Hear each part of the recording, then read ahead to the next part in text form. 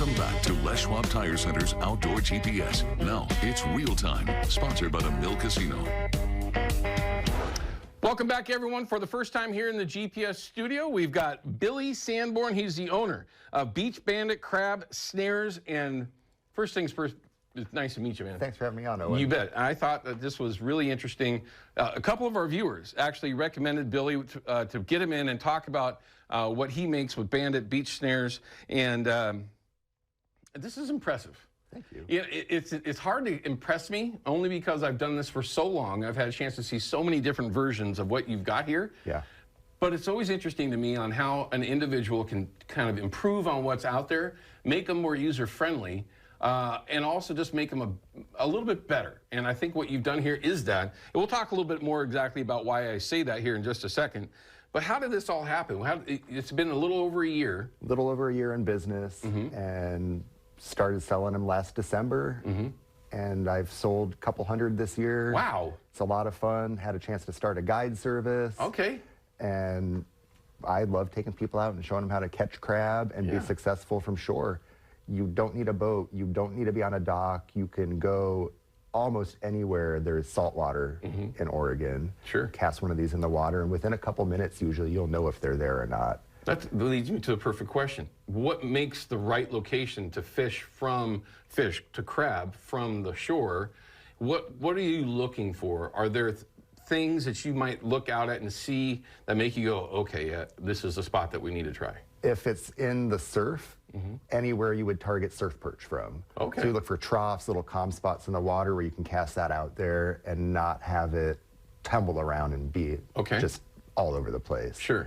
Not snaggy. You don't want to go out someplace and see trees in the water because that'll just tangle up in the trees and it's gone. Right, don't do that. But for the most part, look in the water, and if it looks kind of calm, high tide, low tide, incoming, outgoing, throw some bait in it, toss it in the water. Yeah.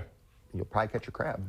It's interesting the way that you've designed this. Number one, and we'll get a shot here when we can with that Kershaw Tech Cam, but with the steel weight that you have down here, not being lead, and that's a thing for a lot of folks, right? I mean, it's just, and it makes it very durable as well, and as long as you don't lose it, it should last you a very, very long period of time.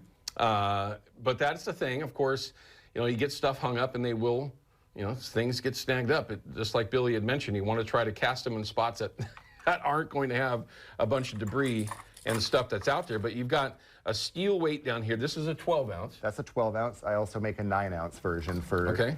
I always fish the 12s myself. It's what I'm used to. Sure. But some people can't handle the 12. A lot of people don't have heavy enough gear to handle the 12 either. So the 9 ounce is a good option. I toy around with making ones with no weight that somebody can clip one on, but a cannonball weight tends to snag up sometimes. Okay. And this kind of planes up in the water when you're reeling it in, and it brings the crab up to the surface. Makes it really easy. There's actually a video that we have here. Ryan, go ahead and show that. You can take it all the way up to the end of it. Where things start to get convoluted, you can cut it there. But this is the snare on the bottom. Of course, he's got a camera on it. You can see the crab running around.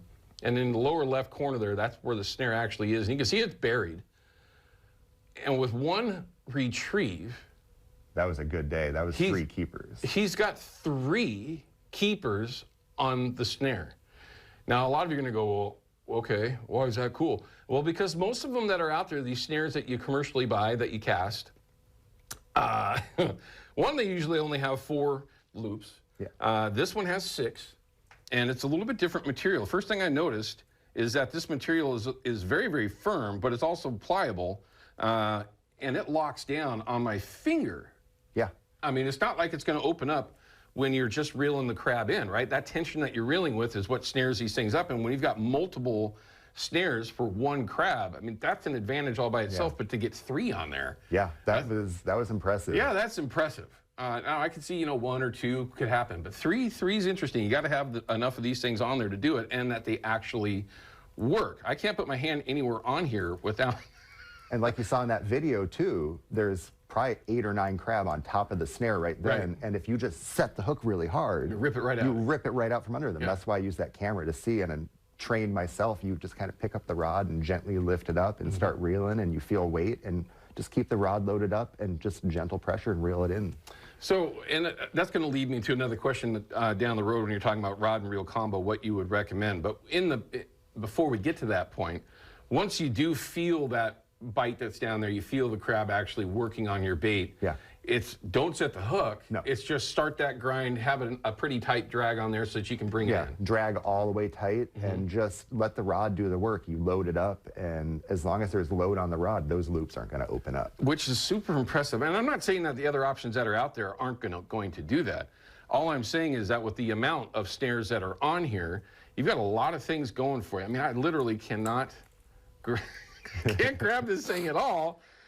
This is not the old, remember the old ones with the little ring in the middle, and we were talking about this earlier, the 9/0 hook on there, which, by the way, I'd embedded in myself a few times when I was a kid growing up, because they've been around that long, believe it or not. Just a really cool setup. Now, for folks that are watching, you had mentioned that you also have a guide service as well. What's that called, and It's what do you offer there? Bandit guide services, and I'm taking people out to fish crab snares from beaches and docks and stuff from like Astoria down to Waldport is kind of my range right now. Okay.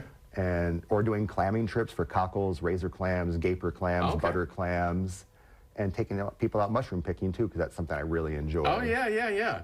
That's a different niche. I mean, I get a chance to talk to countless amounts of guides here, but that's one I haven't heard of before. Yeah. That's kind of a really cool niche. It's fun. Yeah, I'm on foot, and I'm not on a boat. I'm just from shore, and I figured that would be a fun thing to do and show people how to do it, because it's such a vast number of mushrooms out in Oregon that you can find, and it's easy to do. You just have to know what to look for, the trees, the ground cover, everything else. How about combo trips? Could you do a combo trip, do a little bit of shrooming and then do some crabbing as well? Yeah, definitely. Like this is the time of year to do the mushrooms and the crab. I'm going to be doing in the springtime crab and clam combos in Garibaldi probably. Everyone pay attention to that, because a lot of folks that we get a chance to watch the show, of course, you know, they don't have boats. We all understand that. But there's ways that you can get around it. And if you can learn a little bit from someone's expertise, hence the reason why we always say, if you've not done something like this before, if it's fishing, hunting, crabbing, shrooming, learning a little bit up front, it takes years off of the, you know, maybe having bad experiences or just not being that successful. Very, very cool. Very insightful, too, by the way. But I want to talk about how he actually does this. We showed you one a month or two ago with just a small rod that was more set up for kids. Now, everybody can use this, right? But there's definitely, I'm going to assume, with a 12-ounce weight here, 9 ounces as well, you got to have the right setup. We'll find out that from Billy, what he recommends when we come back from this break. Don't go anywhere. Outdoor GPS is brought to you by Chevy Silverado and the impressive Turbo Max engine. Flex your muscle with the strongest, most advanced Silverado ever. Official truck of Outdoor GPS.